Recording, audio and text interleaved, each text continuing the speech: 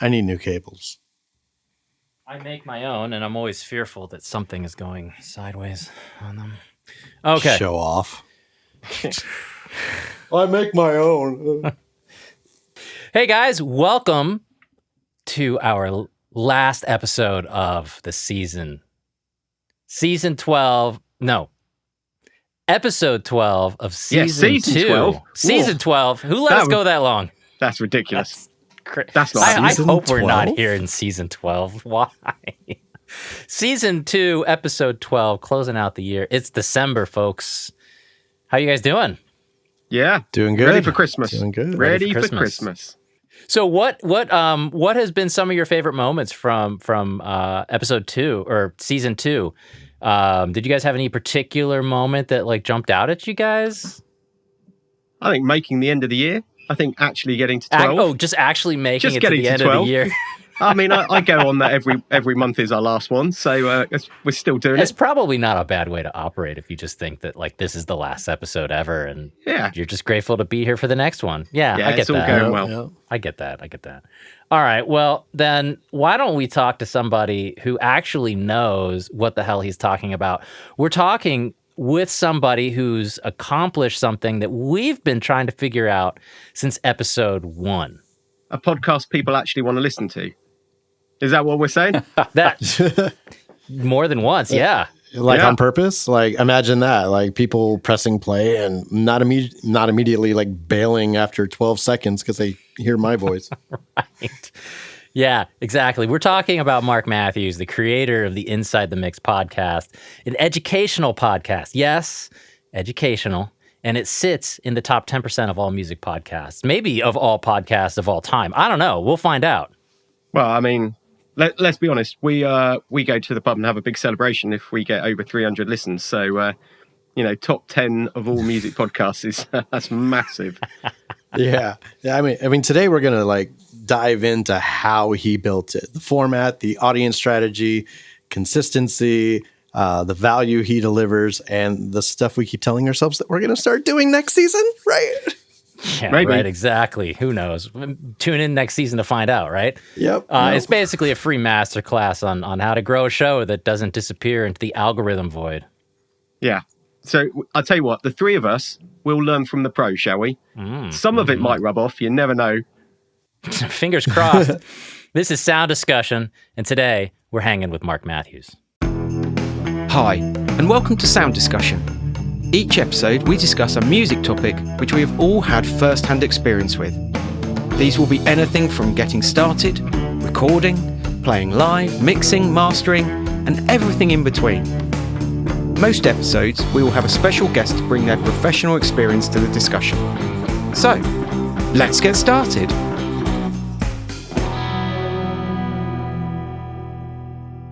Bam! Nice job, That team. actually felt like pretty normal. Nice. Yeah. That's good. Good job, team. We're getting better at it. Yeah, getting better at it. You bigged me up a lot, and I got to deliver on that now. That's with my podcast knowledge.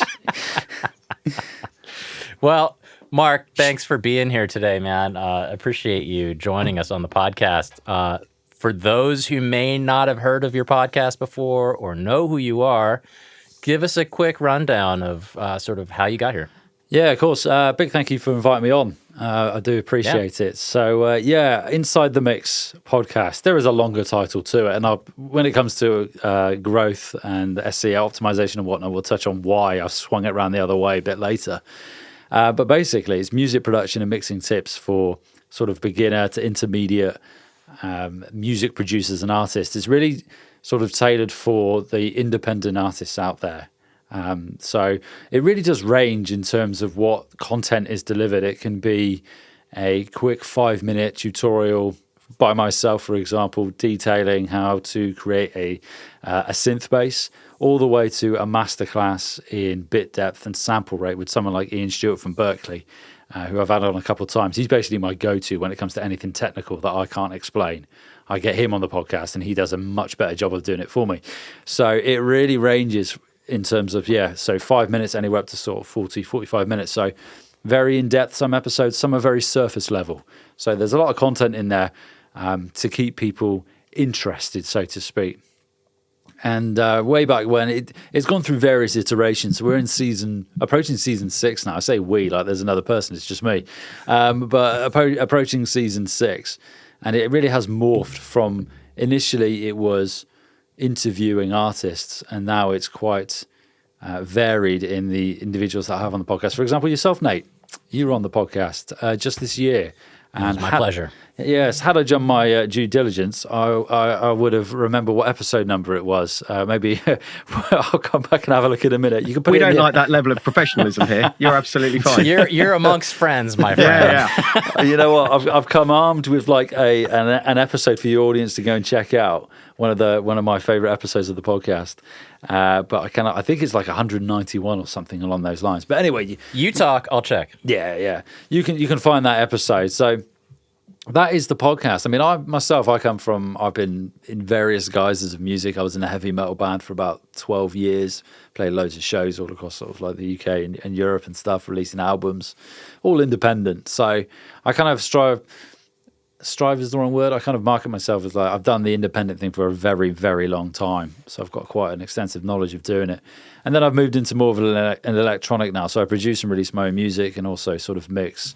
Don't really produce other people's music, but mix and master other people's music as well. And that sort of takes me up to where I am today. So I've been doing it, am I 38 now? About 20 years, something like that in total. I mean, that's a long time. And I'm sure that you've picked up a lot of things along the way that, you talk about on your podcast, things that you wish you knew, when you first started out. Gosh, I mean, we all have been there. Yeah, most definitely. I do. I have another friend of mine come on the podcast regularly called Tim Benson. He's a producer called R&R, and he's based just around the corner from me, really, in Somerset, my home county. And we regularly talk about our experiences in bands and various studio situations we've been in and stuff. So drawing on that really does help add a sense of sort of case study realness and conversation to the podcast, much like you guys do as well, because there's the three of you and you've all got these different experiences and you can bounce off each other and have it be conversational, which I think really does help. Yeah, definitely. I think that's what we prefer. Yeah, definitely. I think everyone does, Nate. I think nobody likes being like lectured to, about things like music. There's a time and and a place for those sort of lecture episodes, right? Classrooms. When you're really trying to learn something. Yeah, but I certainly can't listen to 2 hours of a lecture. Couldn't in college, and I still can't now. So. Yeah, exactly. And you got to think where people are consuming it as well. I put a poll out recently, and a survey rather for 2025, just to see where people are consuming the podcast, and it's all sorts of things really, like commutes, walking the dog, cooking, and those sorts of things. And that's where I think the conversational element really lends itself well, because if you're being lectured to via a podcast, you sort of need to pay attention. Not that people are just pressing play and then thinking, it's background music. It might well be, to be fair. People might be having a warm bath to my voice. I don't know. If they are, fair enough. But hey, you never know. Well, this is it. Where was I going with that? Yeah, the conversational element of it. You can dip in and out of a podcast episode and feel like you haven't really missed anything. I've got to go back and check that bit out, And I think that really works. It's what I like when I consume podcasts myself. Oh, yeah, for sure. I mean, my thing is I listen to podcasts when I'm at the gym, exactly. Running on a treadmill. It's that you're kind of absorbing it without having to concentrate. Yeah. As soon as it gets to I need a pen and paper for it, it's like, that's not my type of podcast. I'll be out then. Yeah. I've done the podcast at the gym thing, and I get that because I'll get focused, and then sometimes I feel like there's too many voices in my head when I'm at the gym, and I just need that's my everyday, mate. I mean, that's just normal life. I just need like silence. Nothing's playing, sound cancellation 100%. I just need like quiet while I do whatever. So I don't know.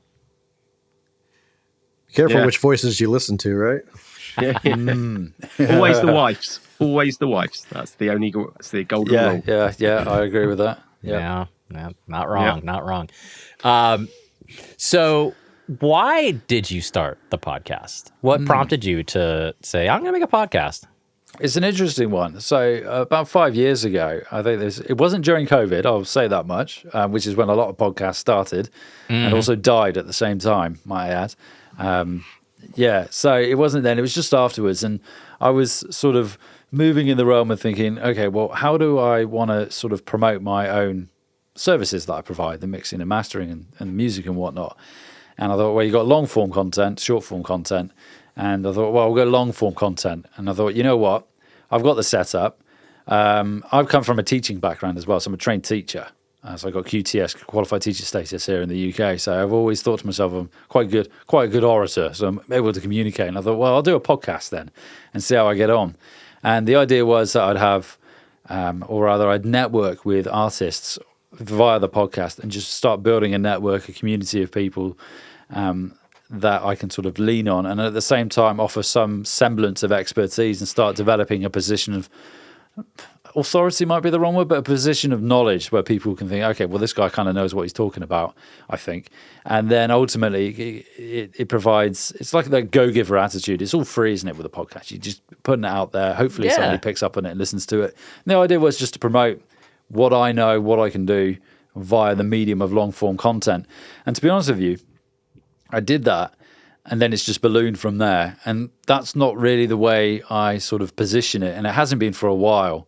It's more for me now is I just love talking to people about music and just meeting and network, like people like yourself, like I'm doing here today, individuals that I wouldn't otherwise sort of cross paths with.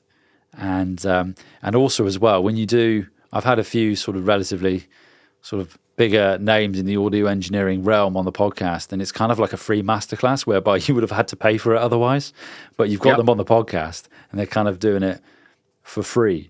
A masterclass for you, and you can ask them what you want for 45 minutes to an hour and not have to pay to attend that masterclass, which is quite nice at the same time. So yeah, in long story short, originally it was kind of like I don't want to use the term lead magnet, but it kind of was in a way, but it's definitely not that sort of way anymore. It's sort of morphed into its own thing that exists now and takes up a considerable amount of my time. Yeah, I can totally understand. I mean, just the short scheduling and sitting down and recording podcasts is it's a time-consuming thing.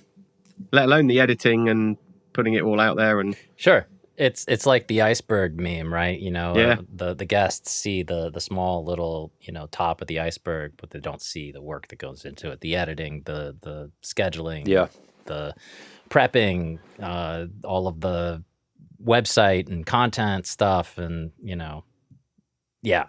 certainly a learning curve in a lot of ways, right? Because it's more than just using your DAW, which you are familiar with. You're using video editing software and all of those like Descript if people use that kind of stuff. There's all takes time to learn and get better at it, and so it means you're slow for a while. You're slow kind of getting things going until you hit that stride, and it may be a while. I totally agree. And it's interesting you mentioned about the DAW, because that's probably where I spend the least amount of my time when it comes to the podcast is in a DAW. The majority of time is probably spent on just the planning, the prep, and then the actual sort of production, releasing the podcast itself, uploading it to the platform, and then everything else that goes with that, the episode description, SEO optimization, all that sort of things. So the actual editing element of it, it doesn't take that long, to be honest. I mean, once you've done it a few times, you can rattle through it quite quick, and you kind of know what you're looking for and what you're listening for, and you have your templates and stuff. So you don't spend that much time in your DAW. But yeah, I totally agree. When I first started out, I thought, I'll be all right. I'll chat to someone for 40 minutes and I'll edit it and release it. And this was all before AI was big on the scene, helping with descriptions. What a gift. Yeah, I know. It speeds it up so much. In particular with like short form content where you got clips of an episode as well. I was having to do that by hand. I say descriptions by hand, and tags and all that stuff. Like, come on. I completely understand why people rally against AI. And I don't want to get controversial on this podcast, but I am a stern believer that, AI has no business in the content creation side of music. The creation side of music, rather, not the content creation side, but the creation side of music. I don't believe that AI has really any business there.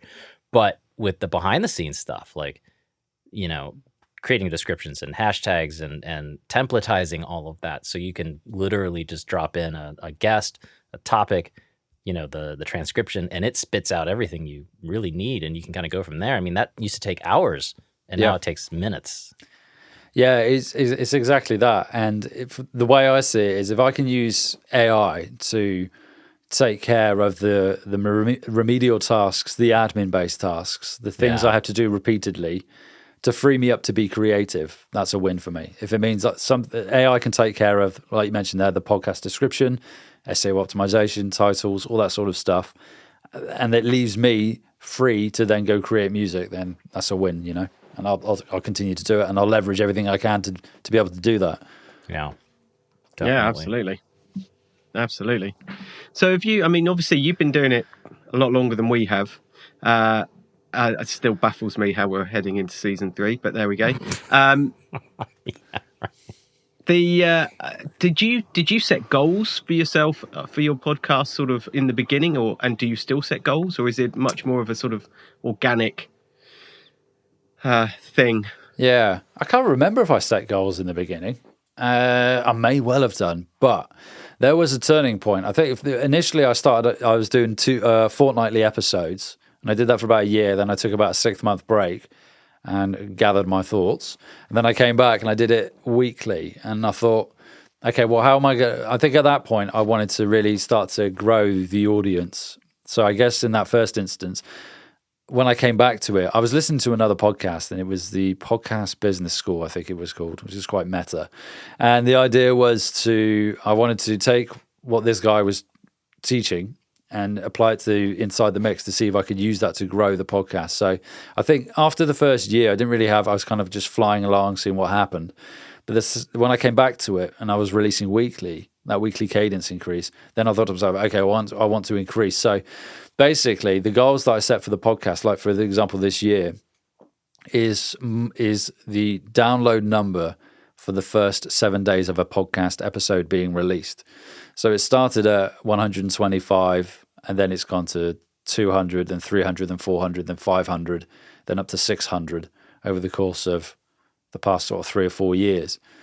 Is that monthly or average? So that's the first 7 days of a podcast being released. Yeah. So the first 7 days of the first. Yeah. The first 7 days. 500 downloads in the first 7 days. Yeah. It sounds like a lot, doesn't it? But I know we were talking off air when you were talking to Lidge, and I talk to Lidge quite frequently of Recording Studio Rockstars, and also Matt Boudreau. Yeah, of Working Class Audio. And when they tell me their numbers, and I'm like, okay, it's. But they've been doing it for quite a while. I think Matt's been doing it well over 10 years. Oh yeah, no, yeah. They. But yes, they are the industry standard. Yeah, they're the OGs in the music podcasting space. But that's that you mentioned in the opening description of the top 10%. And basically, I released a podcast through Buzzsprout, and I use Buzzsprout because the actual statistical element side of it's quite reliable. They're quite robust because some platforms, I'm led to believe, I haven't tried them, but sometimes their numbers are quite skewed. But Buzzsprout's quite good. But anyway, if you hit a certain number of downloads in the first 7 days, that's how you get into those different brackets of podcasts of percentages. So to get in the top 10%, it sounds quite big. It sounds huge. But it's only, if I remember rightly, at the beginning of the year, it was about 430 or 440 downloads of an episode being released in the first 7 days. Will get you into that 10%. So when you say downloads, does that mean like somebody clicks download to it to listen to it later? Or is it like them listening like... Well, this is it. It's all streaming, right? So this is it. I'm not entirely sure whether question. It is an actual download or it is actually them playing it, or whether a play constitutes a download in that instance. It's quite an odd one. I've never really thought about it, to be fair, until that moment. No. It's a strange terminology, isn't it? I don't know either. Actually, I've had the same question myself because I look at our podcast numbers and, some episodes... maybe hit 100 in the first 7 days and some not even. But, monthly, on average, in the life of our podcast, we're getting about 325 to 350 downloads per month. But I don't know if that means actual auto downloads because somebody subscribed or if it's just listens. So I'm not quite sure, and I can't really find an answer. So if somebody has an answer out there, please enlighten us, because I have no clue. It's a very good question, because you do hear, like, there are certain podcast apps like Apple Podcasts where it will automatically download the episode. Right. But there is and I use Pocket Casts, and it will automatically download podcasts that I tell it to, not all of them. Yeah. So maybe it's similar to like subscribers on a YouTube channel, like, but across different platforms where like it auto downloads or somebody clicks download or something like that. It's not necessarily a listen, but like maybe it's like YouTube channels have subscribers and you subscribe. Maybe you haven't watched every single episode. I don't know. I'm gonna research. I'm gonna look that up real quick. Yeah, Mark, I think you wanted to say something, so I'll be right back. Yeah, I'm gonna look that up. I'll be back. I think it's a good one, because I'd never really thought about it. I'd always thought downloads I just see downloads and I'm thinking, okay, that's someone's listened to the podcast. But I suppose in theory that means they've actively downloaded it. But yeah, it is for about 400 and something. We'll get you in 10%. But I mean, to get into that 1%, the top 1%, that's like ridiculous numbers. That's that's like Joe Rogan, sort of Will Ferrell, like the Dragon's Den guy. I can't remember his name. No, I can't remember his name. But that next level. But I mean, I don't really see myself ever wanting to get to that. I mean, if I did, great, but I don't. It's not a goal of mine. I think year on year, I just say, okay, well, I've hit 500 this year, well, 600 this year. Next year, we'll go on to 750, and then keep increasing from there, basically. Do you do anything to sort of protect yourself? If you're doing it weekly, do you do anything to sort of, do you worry about burnout, or do you find it a stressful thing that you sort of always, because you know you've got to do another one next week and another one the week after? Yeah, it's a very good point. I know we were discussing a bit about delivery formats before we became on air, and I batch record episodes, so I like to have like 3 in the bank that I know I've got in case I have a last minute project or I get called away doing something or whatever. So I've always got 3 in the bank. But yeah, I plan like the year out in advance. So I've got what do I use? Wow. Yeah, it sounds good, doesn't it? I plan it a year in advance, so I know, okay, well, at Christmas I want to do, like, I reached out to you guys and said, this is new what I did this year, where I'm playing other people's podcasts on my podcast. And I thought, okay, well, I want to have a bit of time off over the holiday period, so I'm going to, podcasts I listen to, I'm going to play them on Inside the Mix just to free up a bit of time with me. I think it's a great idea. Yeah, and it turns out it's actually more work than I thought. So it hasn't really, it's helped me sort of, but it's actually turned out to be more work when it comes to recording. Not recording, but the editing element of it. Oh, man. But it's finding little bits and pieces where you can shave off, okay, well, that doesn't work, so I'm going to stop doing that. So, yeah, I suppose I have got close to it. Sort of, but then thankfully, I like that the AI element came in, and that really did relieve some of that workload quite a lot. And I think it's also important. I know when there are going to be pinch points in a month, for example, I'm thinking, okay, well that particular day or that particular week, rather, I'll schedule. Maybe I'll do a shorter episode that week on something that I've been thinking of, and do that. A lot of it is planning in advance. A lot of preparation in advance does help. But the video element of it is beginning to take more and more time. And I'm thinking, actually, am I getting anything out of that? So next year, I'm moving to audio only, which is going to free up so much time. And I'm going to see how it goes. It's still going to be on YouTube, but it's only going to be the audio element of it, which is a big change, because I do like the video element, but I feel something's got to give if I want to continue making the better audio production and upscaling that, if that makes sense. Is the how often you release matter? Like we do once a month, you do once a week. In the grand scheme of things, does that make that big of a difference, whether you're doing a weekly podcast versus a monthly podcast, or a, you know, whatever, like a daily I don't know. It certainly sounds like a lot more work. Yeah.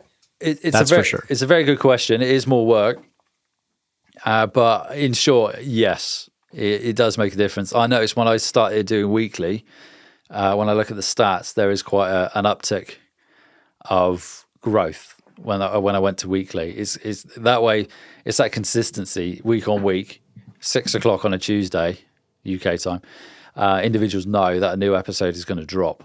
And I'm always not in the forefront of their mind, but I know weekly I've got that audience and that sort of captive audience, and they're not going to forget. You got to think time, attention spans are very are terrible these days. I know mine's not great, but it does make a difference. But it is a lot.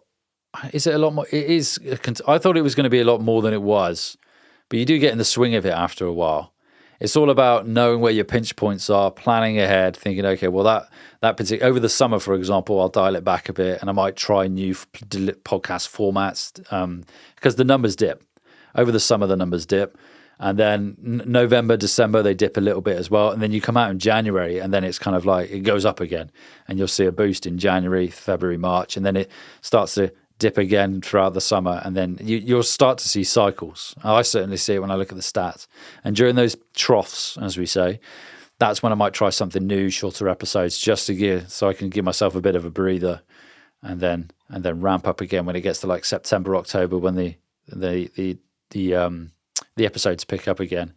I mean, if you can do weekly, it's great. It is great. You will notice a difference, but again, it's time investment if you're willing to do it. That's the thing. Yeah. Well, that pattern that you mentioned really makes a lot of sense. And I'm going to go back and look and see kind of what our numbers show. But certainly, it does make a lot of sense that summertime people are busier, more daylight, other things going on, and again over the winter time. But then January after the holidays are done, it's all those New Year's resolutions kick in for people that want to like make more music or get healthier, so they have more incentive to plug in and listen in. Yeah, exactly that. And in particular, they're probably skint as well. So they've got nothing else to do but listen to podcasts, which is often a thing also. Sure. But I mean, in December, you do... I mean, I had to pick quite a big day today. It's really weird. I started to see it dial off last week, but then today, for example, I think I've got about 600 downloads. So you just get a random spike every now and again, somebody discovering the podcast and then churning through that back catalogue. They might be on a long journey or something like that over Christmas, But I think those months are opportunities to test new formats where your listeners might not necessarily be as active and as engaged as they usually are. And then if it falls on its arse, then it's no loss, To be fair, you can do that any time of year. I do. But I think when it's quieter, it's a good time to do it. Well, certainly you should always be experimenting. Oh, yeah. Whether it's, with your music or, whatever sort of output you might have, podcast included. But to that point, what, listener engagement strategies have you tried that worked? Maybe what didn't work so well for you? What helps keep things? What helps keeps the listeners engaged? Yeah, it's a good. I'm frequently trialing and chopping and changing and trying different things. The thing with podcasting is what I've realized is if you're going to try something, you can't just do it 1 week. You got to give it like 3 months of consistent getting that message and drilling that message, and then after 3 months, you'll start to see if you're gonna get a result out of it. So I've had I've had artists on the podcast, like a round table. They play music. We discuss their music. I tried that format. That was very popular actually, but it was a shit ton of work to do, like all that editing, music and stuff. And I was like, I can't do this every month. It's just way too much. Yeah. So I sacked that off. But that was a really good one. A few Christmases ago, I'm doing it this year again, but I had a really good response with this one. I used a platform called SpeakPipe, totally free, but you can get your audience to submit audio messages, and I use it for their wins, and then I play them on the podcast, and that worked really well.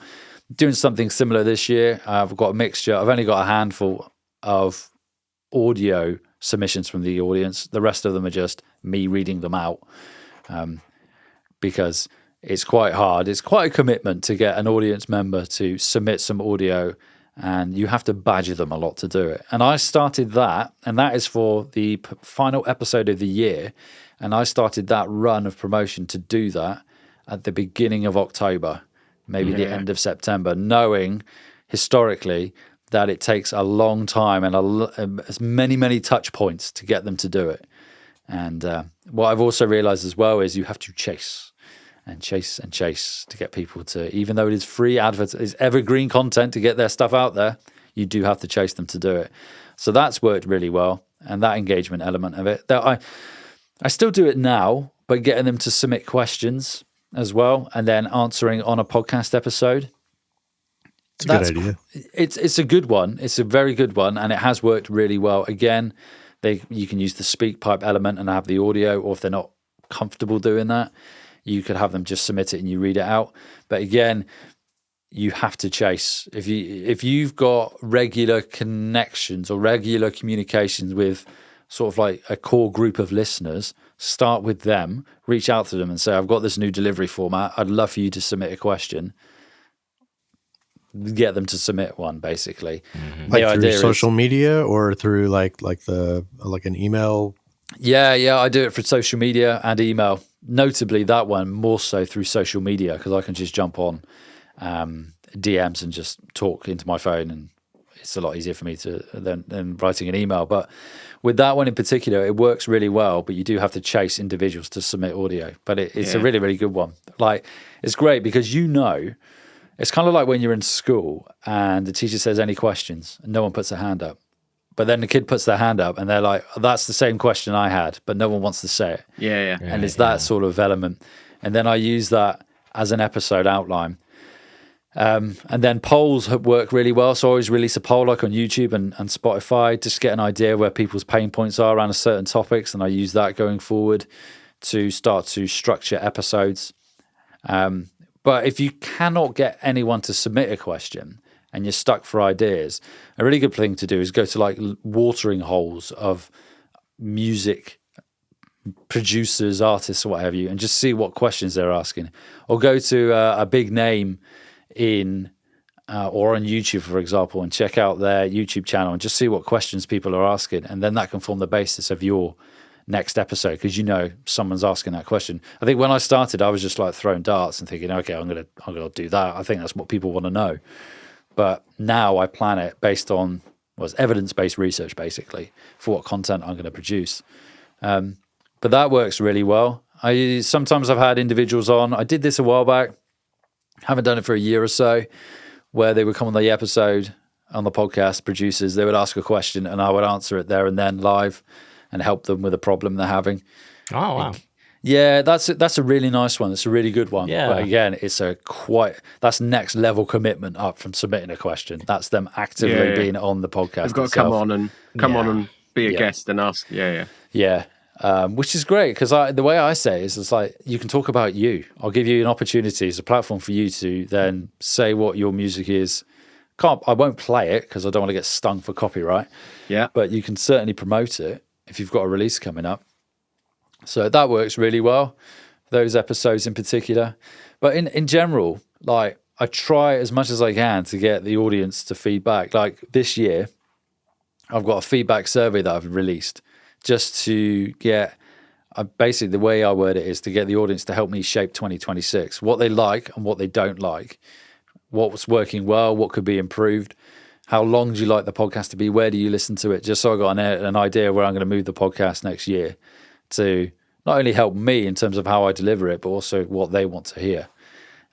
But again, it's that classic, man. People listen to it. I don't know if you do it when you listen to podcasts, but getting someone to click on something and just submit or send a message, it's so hard. So if you do it and you don't get any response, just keep at it and you will get there eventually. But it is, I think, no matter how big the podcast, it is so hard to do.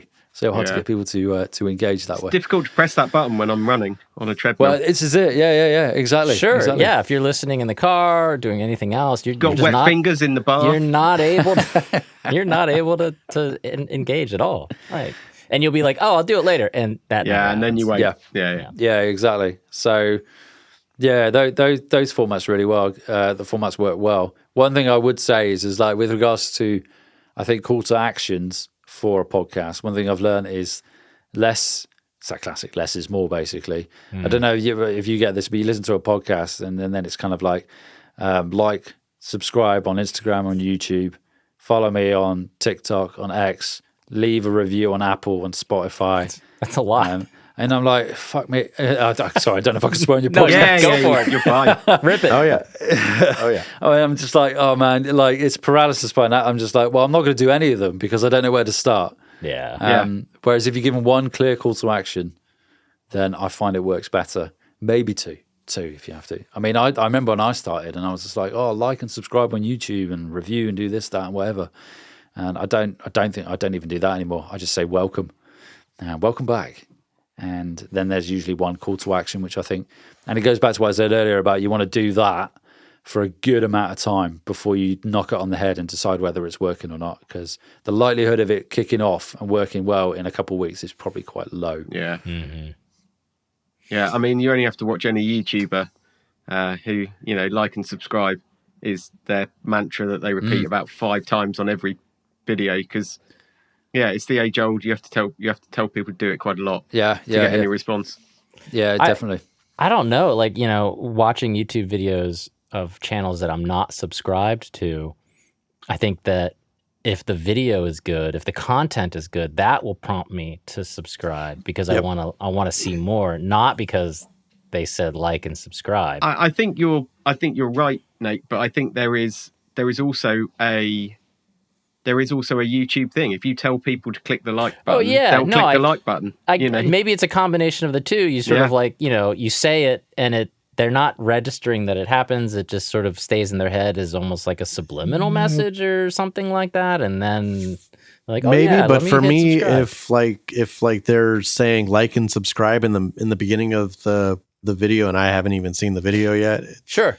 It's like, oh, and if you do end up liking and like what we're doing here on this video, like and subscribe. And it's like, well, let me see your video first. Yeah. Hold your horses, man.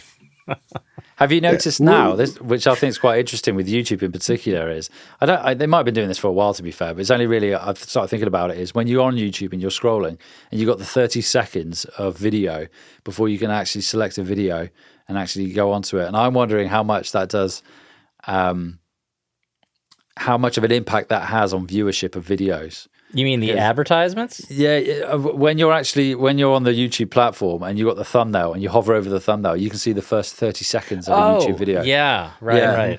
And you can get a good gist of what that video is going to be about, which is quite interesting. That's why in those first 30 seconds you got to make that video shit hot to make sure that if someone's watching it, they're going to go in and watch the rest. Yeah, that is one thing I've read is front loading as much of the content, like give a clear direction of what you're going to learn in this video. Yep.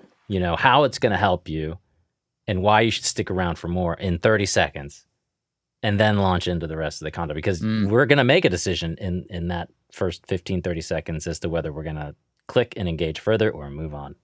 That is very true because if it doesn't catch my attention within if your intro is too damn long, if they're taking 2 minutes to, introduce themselves and talk about today's video, well, sorry, man, I got other stuff to do. Yeah, I agree, man. And I think it's the same with podcasts as well. My studio is about a 10-minute walk from my house. And I walked to the studio a few days ago and I was listening to a particular podcast. I won't name names. But by the time I got to the studio, the adverts had finished. And I was just like, Jesus Christ, man. It's like, really? Like, when are you actually going to get to the content? All I've listened to is you talk about various audio platforms and whatnot, what's being sold, what you're selling as well at the same time. I'm like, Jesus. Yeah. But I think, that obviously it must work for that individual, that group of people, what have you. But for me, well, I wasn't keen on that. It's just like I get you got to have an intro and you might have sponsors, but I think you need to be careful on how long it is. I think that does have a big impact. But it's different. It's really different. And this is another reason why I'm sort of moving and thinking I'm going to hone the audio element of it because what I've come to realize is the performance of a YouTube video is very different to a podcast episode. That's what I've come to realize. And trying to balance the two, sometimes it misses on both fronts. I've found when I look at the statistics, I can have a YouTube video that tanks, and then that episode itself, in terms of podcast performance, also tanks because I'm trying to juggle. I'm trying to keep both keep both parties happy, and it's not quite working. So it's quite a skill to do that. Whereas some podcasts, they translate really well to YouTube, and they do really well. Well, let's talk about monetization and sponsorships really quick, because that is a huge part of sort of your content growth and podcast and platform growth. Are you monetizing your podcast? You certainly seem to have the numbers that would allow you to do that. Yeah, I mean, I've had adverts on the podcast, and I've had integrations on YouTube to varying degrees of success.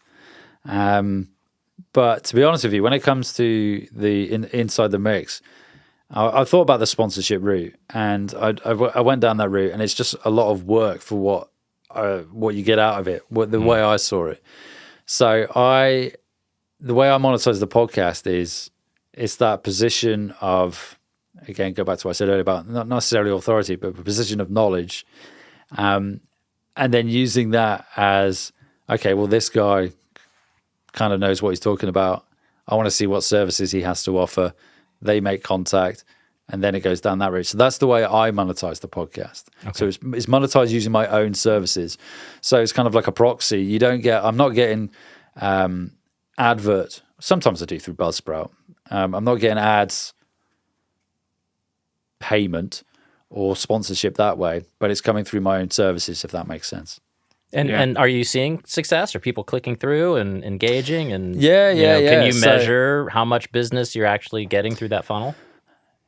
To be fair, I've not done that. I probably should look at a ROAS on that, return on what they say, return on ad spend, and swing it in that particular way. But the way you get like discovery calls. The way I position it is a discovery call. They jump on a chat with me, and we chat about what their music is, what they're going through, and how I can then help them going forward. And if we're a good fit. And if we're not a good fit, then I'll signpost and say, okay, well, maybe you want to check this individual out, go down that route. But that's the way I see it. I kind of want, like, I don't know, maybe 2 discovery calls a week seems to work out quite well if I can get off the back of that. And that's in the podcast description. So what I have is dynamic content using Buzzsprout. So I can dynamically insert my own read. If you've got this, this, and this, consider jumping on a podcast, discovery call with me, and we can chat about X, Y, Z and see what we can do, blah, blah, blah, and do that. And then I've got my newsletter as well. So at the moment, I think a big push is to get people onto my newsletter, and that goes out weekly with some tips and tricks and various other signposting to other materials. And that at the bottom of that, there's a discovery call thing in there as well. But yeah, I in long story short, I did go down the sponsorship route and had a look at that. Because like you say, I think the numbers are there to do it, but it's a lot of lead chasing and work. And I'm thinking, actually, you know what? And I had this conversation with Lidge, and I think Lidge said it as well. He's kind of like, just promote your own services. Yeah, he said the same thing to me as well. That's the way to go.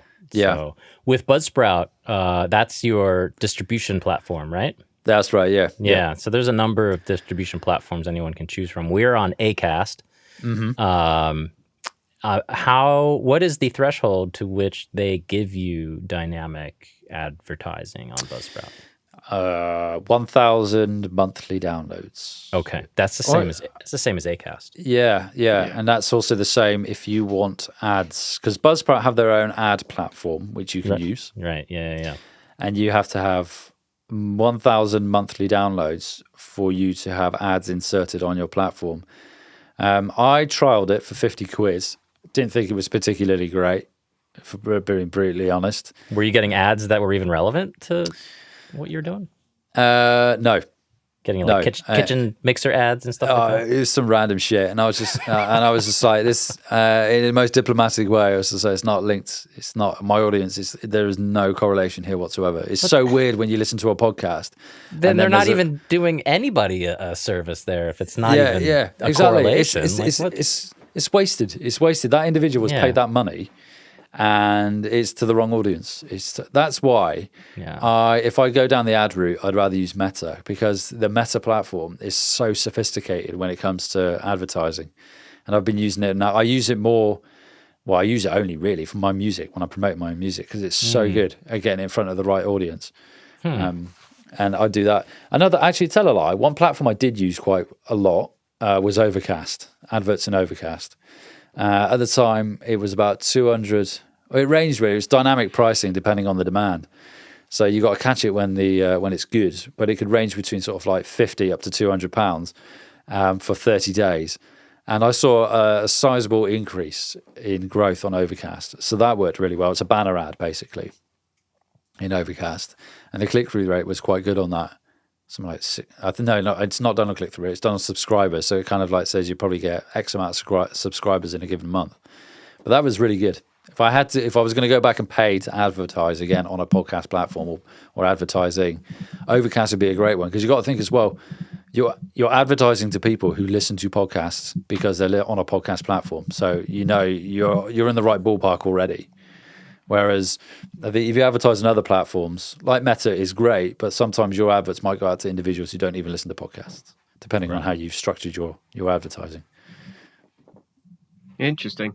We haven't really sort of looked into any of that sort of side, I don't think, too I mean, much. I've looked into it a little bit. Again, the 1,000 downloads is the defining threshold, and we're not there yet on this platform. But I've known that Meta has really good algorithms for getting content in front of the right people, and that may be something we look at, getting more listeners into the podcast. I mean, obviously, I think with any podcast starting out, any endeavor starting out, you're spending money before you're making money, right? Oh, yeah. Like, I mean, you don't have to be too specific here, but I mean, I imagine you were spending a few £100 a year on all of the services with, editing and all of this AI and advertising, getting your content in front of people through Meta or whatever, that all costs money. It's not free, right? So we're all spending money before we're even making any money here. Yeah, most definitely. You have to. You got to break some eggs to make an omelette,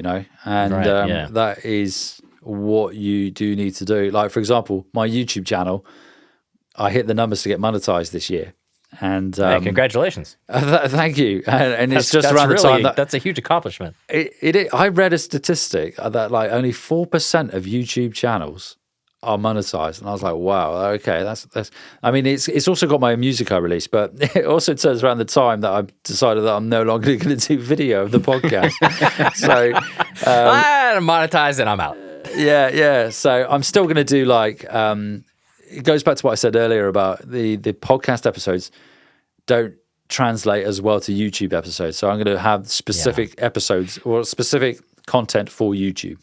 Yeah. And then that makes sense, because you want to really take time to curate what that YouTube video is going to look like, and sort of just throwing up a video version of your podcast maybe doesn't work well for you in a weekly release format. Yeah, exactly that. And I know the YouTube videos that do well are the ones that involve some form of me, Logic Pro, working through a problem or working through an activity or something like that. Those work really well on YouTube.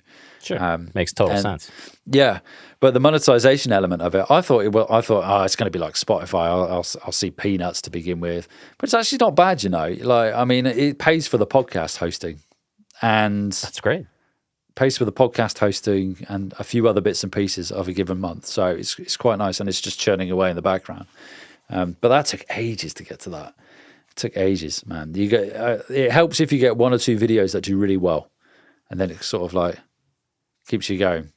Yeah. But one thing I will say is, in terms of growth, if you want to really grow your podcast and not fork out any money to do it, is to get on other people's podcasts. Which is what I'm doing right here. That's what we're doing right now. Yeah, exactly. But you got to do it in the most. You don't want to be, hey, can I come on your podcast sort of way. You got to forge those relationships and talk to people, and then with time it will happen. But that really does help, because that's evergreen content on another podcast. Yeah. Their audience finds you.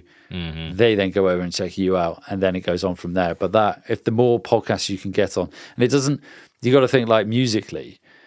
There are so many different avenues you can go down. It could be like, we're talking about podcasting today, which is audio, not strictly music, but it's audio. You could go down the music industry. You could do all sorts of things with regards to going on other people's podcasts and inviting them on yours as well. Yeah.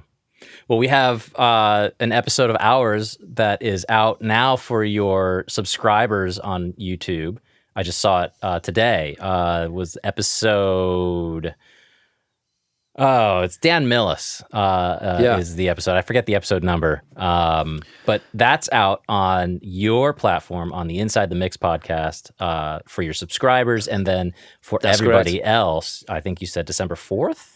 So this is going to be out on December 2nd. December 2nd. Okay. So yeah, on YouTube, you'll be able to watch this if you are a subscriber? Channel member. That's the one. A channel member, yeah. Yeah. But so this episode, your episode with Dan Millis, is out on December the 2nd. So what's happening there is my audience listens to that, and hopefully that then sends people your way. Yeah. And it's and I'm doing that throughout December, you know, and in doing that, you meet other podcasters, you get chatting with them, and then you jump on each other's shows and stuff. And it's just a great way of like promoting each other's work. And it works really well. Growth and networking. Yeah, exactly. And it's not it's just costs you time, doesn't it, ultimately? Yeah. It's just time. Right. And it's not like you're being selfish or self-serving. You're helping others and, you know, reaching out beyond your own boundaries, you know. So yeah, absolutely. I think it's a great move. It gives you a bit of a break. Yeah. A little bit of a break. Like, maybe not a tiny huge break. bit. And it's quite nice when someone listens to another podcast. I've had this and they say, "Oh, I heard you on this podcast." And I was like, "Oh, well, thank you. That's nice to know." Yeah, we've had one or two of those where somebody has reached out and said, "I heard you on this," or "I found you through this," and I'm just like, "That's great," you know, like that's why we do this. That's why we're heading into season 3. Really, you know, definitely. It's absolutely ridiculous. Well, let's change gears just a tiny little bit. Aside from your podcasting, you're a musician, you're a producer. You produce synth-based EDM. Yeah. It's quite a concoction of various different things. So yeah, I do that. I've been doing that for about 5 years. So I was in the metal band, I played guitar. I got a bit disillusioned with that, and I took a break. And then I came back and I was like, you know what? Rather than being in a room with 5 people, 5 individuals, I'm just going to start releasing stuff under my own name, because I was so original and I couldn't think of anything. So I just did it under my own name. And then, so I do that. So this year I released about 5 tunes. Cool. One of my goals this year was to get to 10,000 monthly listeners, because I've been quiet for quite a while, so it dipped quite considerably. I got close to it, but I tailed off a bit around. Basically, I got married about a month or two. I say about a month or two ago. I should know. She slapped my wrist and she heard me say that, and so that's taken up a lot of my time. So it dipped a bit in terms of understandable. Output. But I released that, and so anybody listening to this podcast, if your voice, I'm always looking for new singers to come and collaborate with. So anybody out there who has a voice that lends itself well to sort of EDM, progressive house, melodic house, synth wave, I've sort of moved away from that a bit, do get in touch, because I'm always looking to extend my network of singers. Well, Ben, I think you should connect him with Bob, right? Yeah. I mean, we'll definitely put you in touch with someone we all know called Bob Ellis. He's been on the podcast. He releases music under Silent Gratitude, and it is synth EDM. I mean, it's impressively layered. Yeah, it's just impressive. Yeah, he could be a really cool resource and he's in the UK, so I don't know how far or close he is from you. Pembrokeshire, miles away. Oh, South Wales. I used to live in Cardiff. It's one of my favourite places. Pembrokeshire is a bit further on, but no, please do. That'd be great. A warm introduction would be fantastic. Yeah, absolutely. No problem. He's a really good guy. In fact, I just finished mastering 2 projects that he's just worked on. One's a sort of typical for him album, and the second one is much more chilled out, almost. It's not AMSR, whatever that algorithm. Oh, ASMR. Yeah. It's not quite that, but it's really, really chilled out. So, but yeah, his Silent Gratitude. I'll do you an intro. Yeah, that'd be fantastic. Thank you. Sure. But I'll be intrigued to get him on the Inside the Mix as well, because I need to. He'd be a great resource. Even up the transatlantic split at the moment. It's very heavy with the Americans, so I need to get more Brits on the podcast. Oh yeah, no, Bob's brilliant. So yeah, we'll definitely do you an intro there.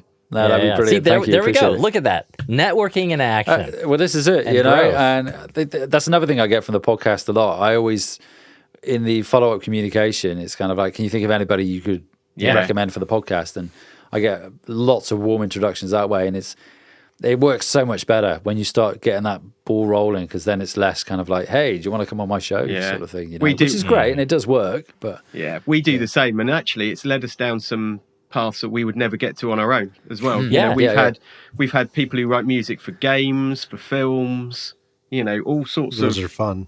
yeah, and they're worlds that we know nothing about. You know, all of a sudden we're talking about how does it even work? How do you, you know, technically, how does it go We had together? an audiologist on, right? We had a pair of audiologists talking about hearing health. That's certainly fascinating and a subject that I'm passionate about. it's incredibly important, things like that. You Absolutely. know? Yeah, and it's stuff you think it's those kind of topics where you think, is it going to work? Is this going to go down well? And they generally do. Those sorts of things. It just shows that you can be quite broad with what you deliver, you know?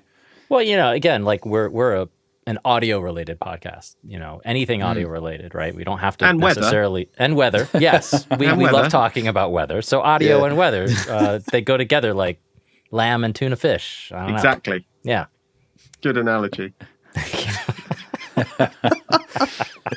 I think, Neil, did I see you post in the chat? You found out what a download for a podcast is. We have a discovery. So statistically, a podcast download is the number of times an episode's audio file is requested from the server.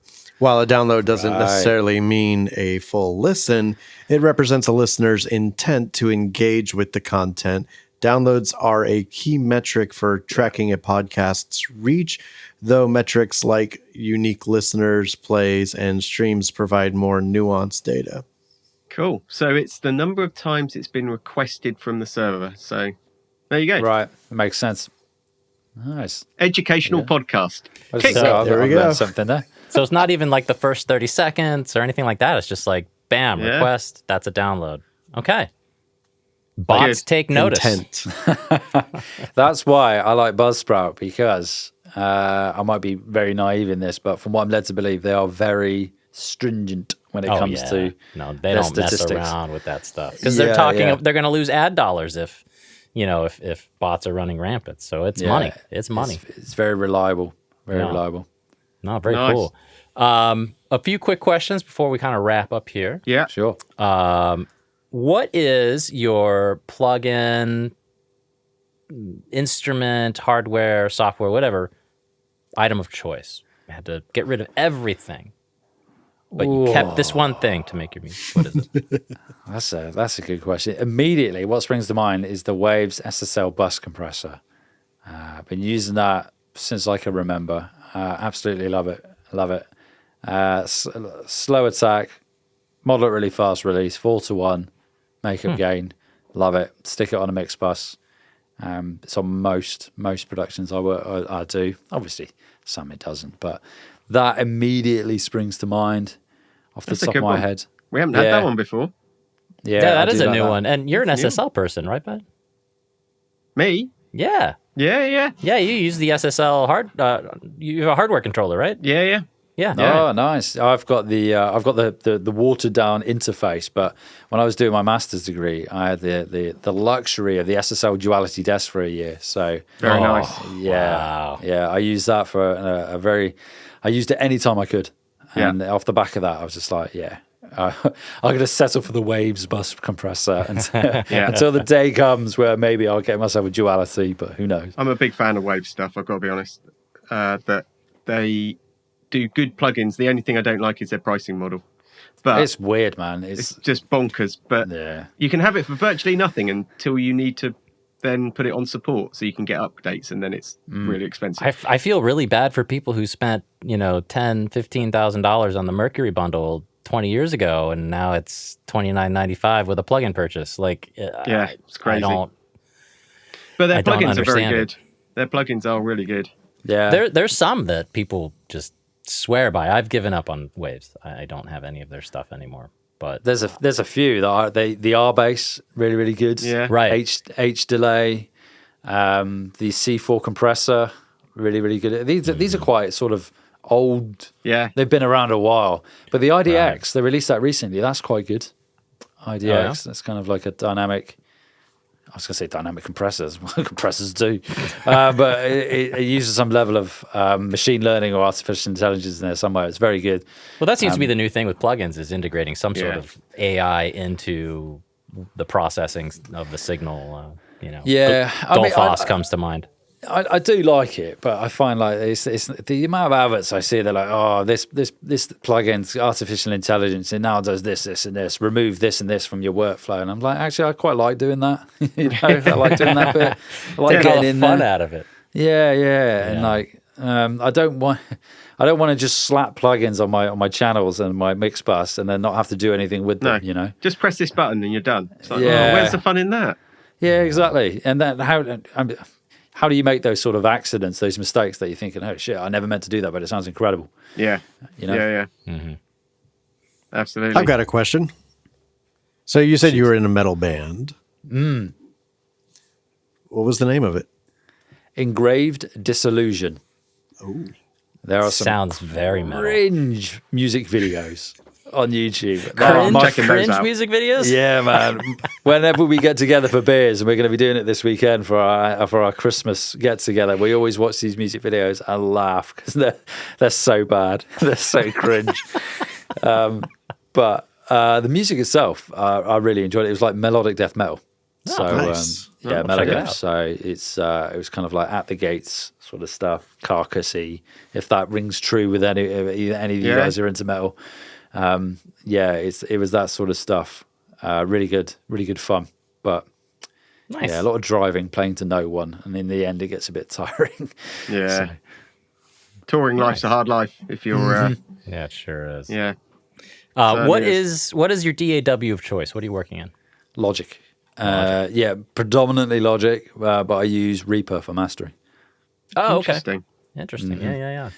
Is that a workflow thing?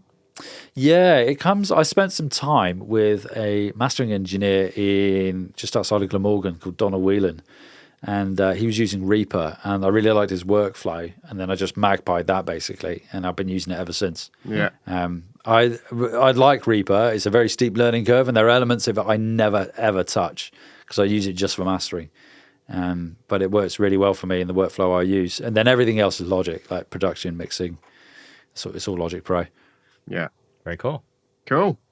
Well, thank you. Nice. Thank you guys for being on the podcast, Mark. This was a really great conversation. We learned a lot about building a podcast and all of the little nuances that just, take time. I think that's the biggest thing is time, right? You're in season 6. You've been doing it for number of years. It's just a time thing. I mean, unless you're one of the lucky ones that can really, put a marketing team behind your podcast and push it in front of millions of people, from the get-go. All of us, we have to grow our podcasts pretty organically and just sort of let it do its thing, and that takes time. Yeah, it's cliched, but it's consistency. You just got to show up. You got to show every up time. Yeah. When your audience expects you, and consistency, and then it will grow from. Then it will grow from there. But like any questions you have, if you're thinking of doing something, implementing something, or you've heard something and you want to know, will this work? Have you tried it? Just reach out, man. More than happy to. Definitely, we'll be. Yeah, more than happy to answer any questions and help where I can. Yeah, because there's probably something I've done that I can say, don't do that. So where can people find you if they wanted to reach out? Obviously, Inside the Mix podcast, available wherever you get your podcasts. Mm-hmm. The episode I was in was episode 197. Yes. So if anyone wants to go listen to that, we'll put a link to all of this in the show notes. So you can listen to the Inside the Mix on all podcast platforms. And I was going to say, but it wasn't originally called Inside the Mix. It's now called Music Production and Mixing Tips for Beginner Producers and Artists / or pipe. Inside the Mix. SEO was the reason I switched that around. Wow, that's quite a name. Yeah, SEO. But everywhere else, it's just Inside the Mix. But on podcast platforms for search engine optimization, music production and mixing tips is the first few words. did that, and that definitely helped. Wow. Okay. Interesting. All right. So- I've taken note of that. My advice is if you've named your podcast, say it to someone who has no idea, never heard of it before, and ask them what it's about. And if they can tell you straight away what it's about, then you're onto a winner.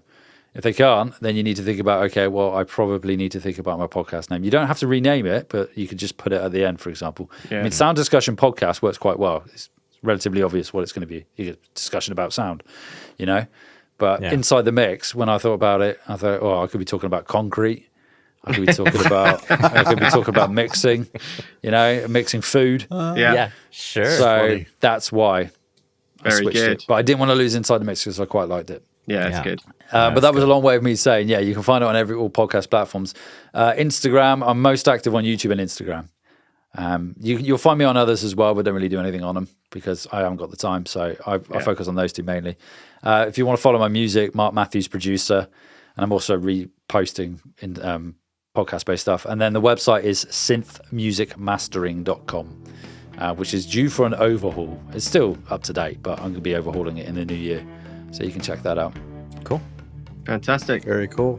It's Well, been thank really you. good to have you. Thank you once Yeah, again. thank you for being Thanks, on the fellas. It's podcast. been a pleasure.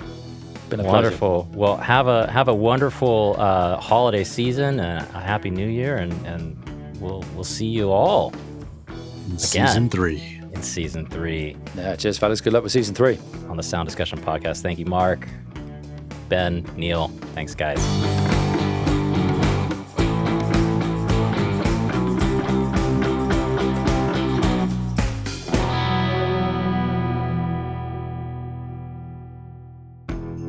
Thank you for listening to this season of Sound Discussion. Season 2's done, and we're ready to celebrate the new year. I want to take a moment to thank all of our wonderful guests that we had in 2025. Thank you to every single one of you. And thank you to all of our listeners, every single one of you who took the time to listen to our podcast. If you haven't yet, please give us a 5-star rating and leave a review on Apple or Spotify. It really helps out the podcast because it will notify the algorithm that people are listening, and it will then recommend our podcast to others. And if you have a friend who is interested in sound or recording, video game music, anything in that area, let them know. I think they might really enjoy our podcast. And another way to support the podcast this coming year, go to our merch store, www.sounddiscussionpodcast.com/shop. You can head over there, pick up some sweet swag, a t-shirt, socks, a hat, coffee mug. I guarantee you, your coffee's going to taste better in a Sound Discussion mug. And it might even make your mix sound better, too. Rumor has it. Season 3 is right around the corner, starting up in January, so be on the lookout for new episodes. We've already got a couple recorded, and we're so excited to share them with you. And we've got some great guests lined up for 2026 in Season 3. So thank you. Thank you from all of us here at the Sound Discussion Podcast to you. I hope you have a wonderful holiday season. Happy New Year. And we'll see you guys again in 2026 for Season 3. Jesus Christ, man. That's like, really? Like, when are you actually going to get to the content?